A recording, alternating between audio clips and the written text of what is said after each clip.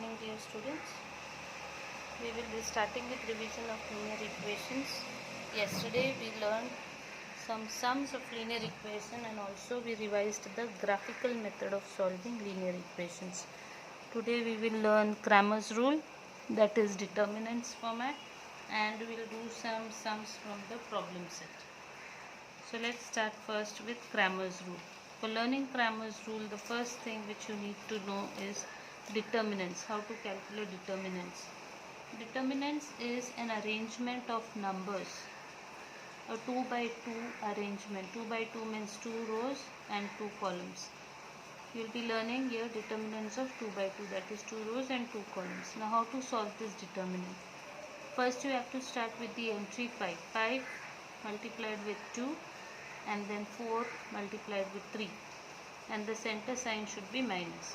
5 multiplied by 2 minus 4 multiplied by 3, that is 10 minus 12 is minus 2. Here another example is there, determinant of 4, 2, 2, 1. So first 4 will multiply with 1. You always start with the first number. 4 multiplies with 1, minus sign in the center, then this 2 multiplies with 2. So you have 4 minus 4, answer 0. So the proper way of solving determinants is either you will be solving horizontally like this or you will be solving vertically like this. Whereas some children solve the determinant in this way, where they write the equal to right in front of the determinant sign. This is a determinant formation. You have to be very careful with this. Once you start writing equal to in this way, it is okay, otherwise one below the other.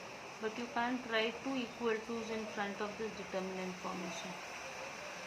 So this method will be considered wrong.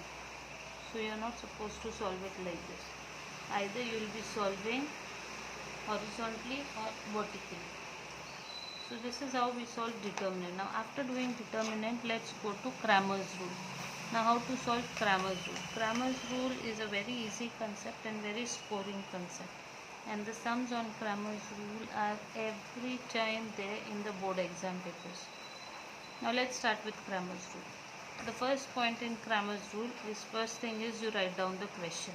6x minus 4y equal to minus 12, 8x minus 3y equal to minus 2. Second step is, in solution, when you will be writing the equations, you have to check whether the equation is in the standard form or not. Standard form means first x term, then y term, then equal to, then number. This is standard form. If the equation is not in standard form, for example here the equation was given like this, 6x plus 12 equal to 4y. That means the y term is on the RHS and the number term is here. So before starting with the sum, you have to arrange the equation. First x term will come, then the y term is supposed to come second. So y term will come over here, minus 4y, then equal to should come, and then the number should be on the right hand side. So this plus 12 will go on the other side, will become minus 12. So before starting with the sum, remember you have to always arrange the equation in standard format, that is x term, y term equal to number. So this 6x minus 4y equal to minus 12, what I observed is all the coefficients are divisible by 2.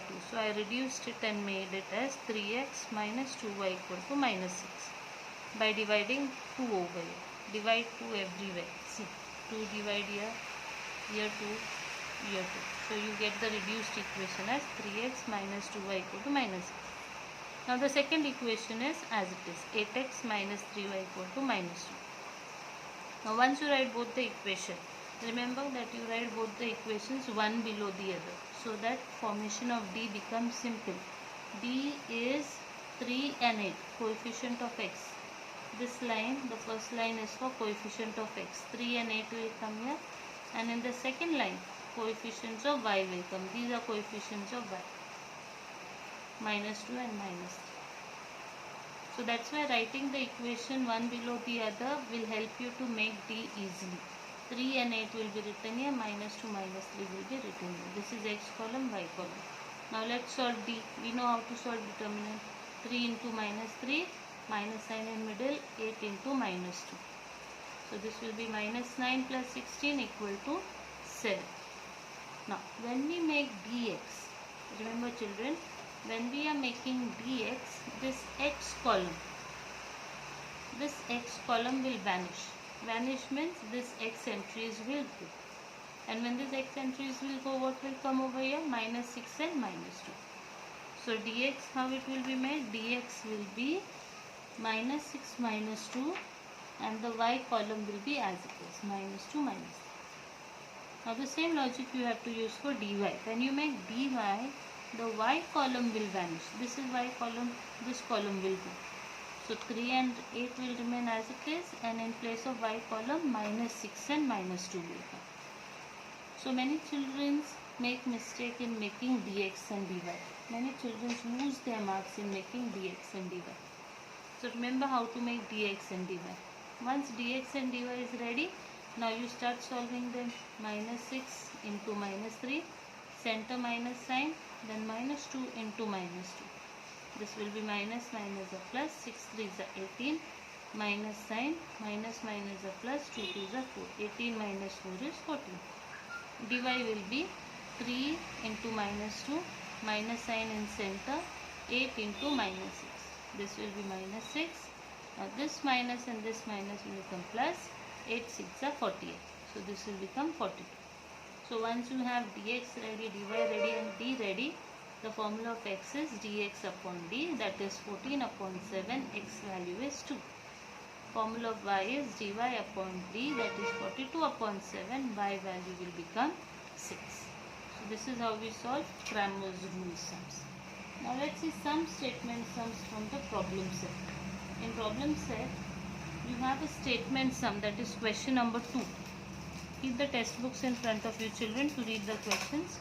Question number 2 says, Kantabai bought 1.5 kg tea and 5 kg sugar from shop. She paid 50 rupees for return fare for rickshaw. Total expenses became rupees 700. Then she realized that by ordering online, the goods can be bought with free home delivery at the same price. So next month she placed the order online for 2 kg tea and 7 kg sugar. She paid rupees 880 for that. Find the rate of sugar and tea per kg. So they are telling you to find the rate of sugar and tea. So obviously the rate of sugar and tea, you will take x and y. Let the rate of sugar be x per kg and let the rate of tea be y per kg. Now let's start with the condition. Let's make the first bill. The first bill is when she went first personally to the shop and brought the saman. When she went to the shop and brought the saman, she brought 1.5 kg of tea. So if 1 kg tea is y rupees, 1.5 means 1.5. So y plus y upon 2. This bill of tea will be y plus y upon 2. 5 kg sugar will be 5 into x. 1 kg is x rupees. So 5 kg it will be 5 into x. Plus she paid rickshaw fare also. Rickshaw money also she had to pay 50 rupees. So this is for the tea, this is for the sugar, and this is rickshaw fare. So the total expenses of that day was rupees 700. So with the help of this bill, now we are making the equation. Y plus y upon 2 plus 5x plus 50 equal to 700. Y plus y upon 2 will be 3y upon 2 plus 5x plus 50 equal to 700. Now this 2 which is in the denominator, we will multiply throughout for each term. So when you multiply 2 here, this 2 and 2 cancel. So 3y plus 5 2s are 10x, 2 50s are 100 and 2 700s are 1400. So we have 10x, 3y here, 100 goes on the other side, becomes minus 1300. So the first equation is 10x plus 3y equal to 1300. Now let's make the bill for the second trip. Now the second time she did not go to the shop, she ordered online. So when she ordered online, what did she order? She ordered for 2 kg tea and 7 kg sugar. So if it is 2 kg tea, that means 2 into y. And if it is 7 kg sugar, that means 7 into x. There was no delivery charges. The total cost was 880. So the equation becomes 2y plus 7x equal to 880. 7x plus 2y equal to 880. This is equation number 2. Once equation 1 and 2 is ready, then we start solving the equation. Once this all work is over, you should start solving the equation on a fresh or fresh page next to that. So let's write down equation number 1 again. 10x plus 3y is 1300. Equation number 2 is 7x plus 2y is 880. Now when you observe these two equations, you will see that none of the coefficient is same to cancel. This is 10, this is 7, this is 3, this is 2. It can't get cancelled. So what we will do is we will change the coefficient. Let's change the coefficient of y. Let's make this 6 because LCM of 3 and 2 is 6. So equation number 1 multiplied by 2. When you multiply by 2, you will get 6. So the full thing should be multiplied by 2. So equation 1 multiplied by 2. Equation number 2, if you multiply 3 over here, you get 6. So the full equation should be multiplied with 3. So when you multiply equation 1 with 2, you get 20x plus 6y equal to 2600. When you multiply equation 2 with 3, you get 21x plus 6y equal to 2640. Now if you will observe 6y are same, so you change the sign. When you change the sign, this is plus 6y, this is minus 6y, so these both get cancelled. Now 20 and minus 21, the answer is minus 1x. And 2600 and 2640, the answer is minus 40. Greater number sign minus 40. So if minus x is minus 40, that means x should be plus 40. So the answer of x is 40. Now substitute x equal to 40 in any of the equation. You can take equation 1 or you can take equation 2. So I will take equation 2 over here.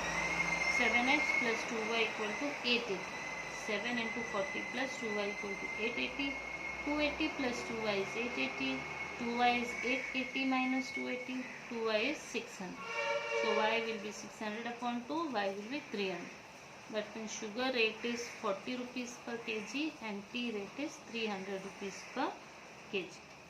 So this is how we write the final answer and end the sum. Now let's see one more sum of the problem set, which is about skilled and unskilled workers. The question number, we have question number 5 on page 29. Question number 5 says, in a factory, the ratio of salary of skilled and unskilled workers is 5:3 and total salary of one day of both of them is 720. So find the daily wages of skilled and unskilled workers. So what they ask the question, the same content will be x and y. They are asking the wages of skilled and unskilled. So let's call the wages of skilled workers as x and let's call the wages of unskilled workers as y. So the first condition says that their ratio is 5:3. The ratio of skilled worker to unskilled worker is 5:3. That means x upon y is 5 upon 3. When you cross multiply, this will become 3x equal to 5y. 5y goes on the other side, this will become 3x minus 5y equal to 0. Now after this, call this equation number 1. The second condition says that the total salary of one day of both of them is 720. So the total salary will be x plus y. Skilled worker salary is x, unskilled worker salary is y. The total means plus sign is 720. So this is equation number 2. Now let's solve equation 1 and 2 simultaneously in the next page. Equation 1 is 3x minus 5y equal to 0. Equation number 2 is x plus y equal to 720. So after writing down the equation, then we analyze the equation. We check whether any coefficient is same or not. We see that x coefficient is not same. We see that y coefficient is not same. So we'll have to make any one coefficient same. Let's start making y coefficient same. So I'll multiply equation 2 with 5 because I want 5 over here. Here I want 5. So 5, 5, 5. Each term 5 will multiply. This will become 5x. This will become 5y. And 720 multiplied by 5 is 3600. Now equation number 1 is already having 5 here. So write it as it is. Now if you will observe, plus 5y and minus 5y cancel. 5x and 3x becomes 8x. And 3600 plus 0 is 3600. X answer is 3600 upon 8. That means x value will be 450. Now this 450 you have to substitute in any one equation, whichever is your favorite one. It's not about favorite, it is the easier one. The one which looks easier, better substitute value in that. Okay, so if you see, this is easier. Okay, so let's substitute value in equation number 2. X plus y is 720, 450 plus y is 720, y is 720 minus 450, y is 270. So the value of y is 270. Once you get the value of x and y, then you write the final answer. Wages of skilled worker is rupees 450 and wages of unskilled worker is rupees 270 per day. So this is how we solve equations. Okay. Now there are many sums to solve in the problem set, and remember the sums which I told you not to solve, the deleted ones. Don't solve those sums. Now we'll see in the next week. We'll start with the financial lesson. Till then you do revision of the remaining lessons and be prepared for your exams also, children.